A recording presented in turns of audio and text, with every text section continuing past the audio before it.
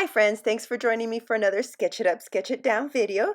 That's the series I do with Susanna Lee. We make a sketch and then each of us interprets it in a different size. This month I created the sketch and also I am using my wild hair kit. I am the guest designer for July and I did an unboxing. I can put a link to that. We usually make the sketches as 12 by 12s and this month I'm interpreting it into a traveler's notebook spread. I purposely designed the sketch with these Pink Fresh Studios frames in mind, and I printed one photo to fit within the frames, but the other photo's bigger. It's about 2.5 inches, and the smaller one is a little under 2 inches. Trying to pick a background, and if you can see, it's kind of hidden now, but I have these tan pieces that are my TN templates. They're cut to the size that is a standard template, and I think that was subliminally in my brain because I ended up choosing the golden tannish triangle paper, and that's from One Canoe 2 Saturday Afternoon. But actually I really like the fact that the triangles show movement. This is the story about my daughter no longer looking like a little kid, so she's like moving up, growing up. I also picked this black and white leaf paper from Amy Tangerine's Stay Sweet. And then the third paper I chose is from Dear Lizzie's All Good, this type paper. So I come back with the pieces cut to size. I start building my layers. First I put the chipboard frames on. This one I liked the fact that it had pink and blue because those are some of her favorite colors. The green one, I'm gonna strategically place it in a spot that I cut so that it would stay there, that has some of the sentiments I like a lot. And then the third one with the bigger photo, I'm gonna cut the frame. First, I cut a little bit of the black and white leaf paper to form a mat behind it. The sketch called for a couple of paper layers. I picked this orangey frame, it's like a vermilion, because I knew that the die cuts in the Pink Fresh Studio die cut pack aren't in this palette, and this would be bold and stand out for that bigger photo, which is my focus. And I realized that I needed to butt up the frames against each other, and the little piece of black and white paper just wasn't gonna be bold enough. So I went back and cut a piece that spans more of the area, and also a small sliver that I put on the other side of the frames so that it looks like it's continuous and behind there. So in reality, the black and white paper is cut and put around the frames, but the effect I was going for was that the green frame has a cutout that goes to the next layer of paper. I hope that makes sense. So for my kit, one of the things I specifically asked for were these Heidi Swapp gold puffy stickers. So I picked something for a title. I needed it to be fairly small since this is a traveler's notebook. And then I started going through the die cuts. These are Pink Fresh Studios from the Everyday Musings collection.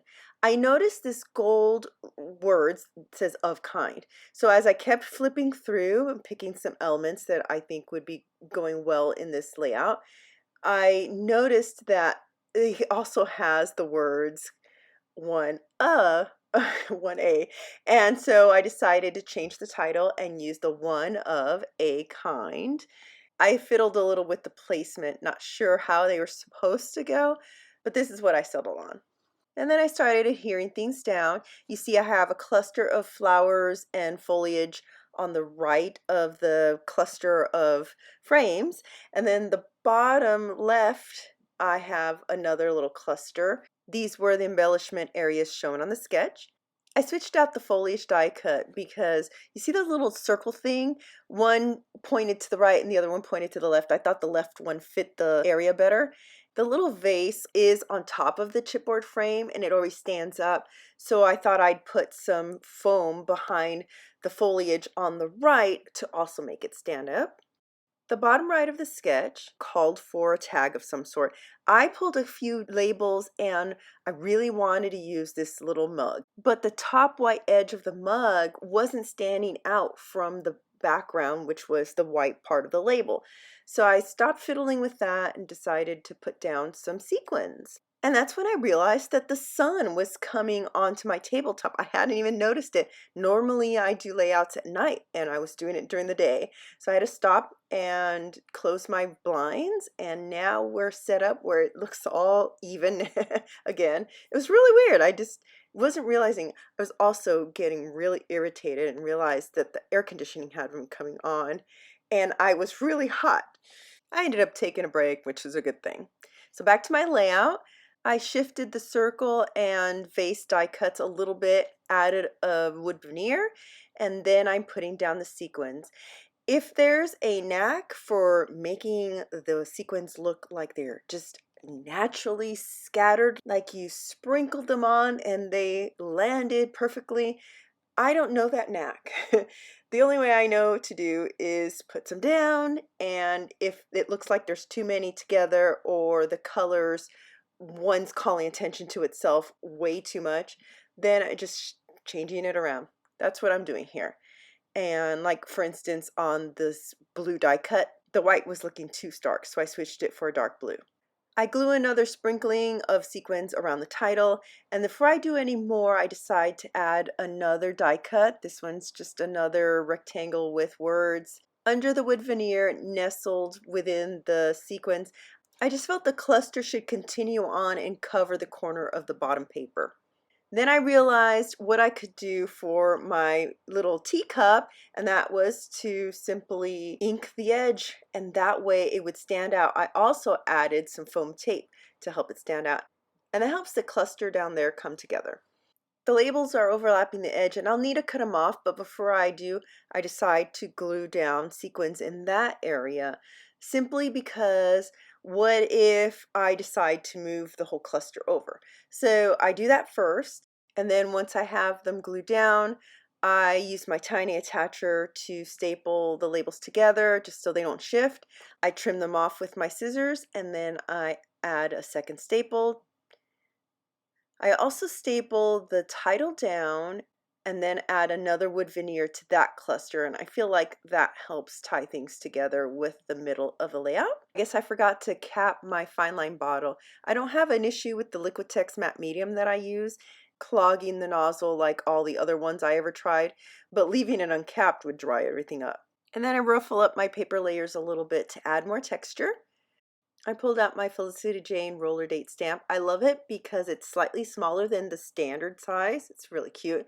And I stamped the month and date on one label, did the first impression and then the shadow, and then the year on the other label. And then I moved the cup over so I could stamp a little more because it felt like there was a gap there.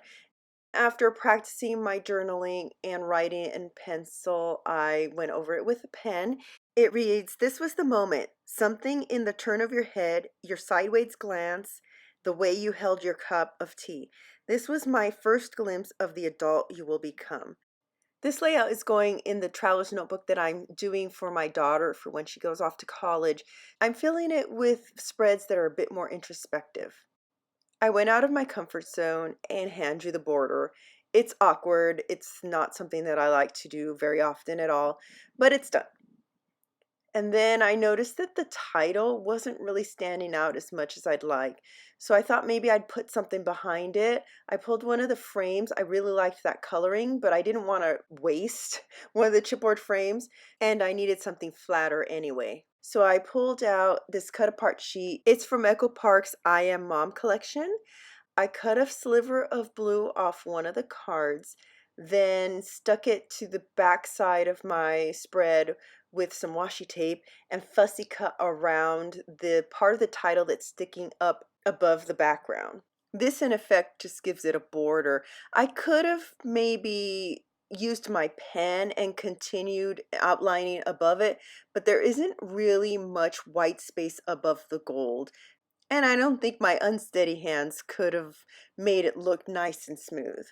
So we've reached the end. Here we are in real time. Oh, I also added another die cut in the middle because there was the blank space where the chipboard was cut, and it'll fit fine in the TM that way. Here's the sketch to refresh your memory, and here is the spread in the traveler's notebook. Remember, this is part of the Sketch It Up, Sketch It Down series that I do with my friend Susanna Lee. I'll have a link down below to her video. I believe she is doing a 12 by 12 this time.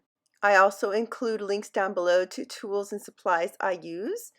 Thanks so much for tuning in. If you enjoyed this video, I appreciate all the thumbs up and comments. I try to reply to every single comment pretty quickly. And if you're not a subscriber, I always appreciate having new subscribers. Click on the little bell so you can be notified next time we have another video in this series, which is usually every month. Thanks a lot for joining me, and I hope to see you here next time.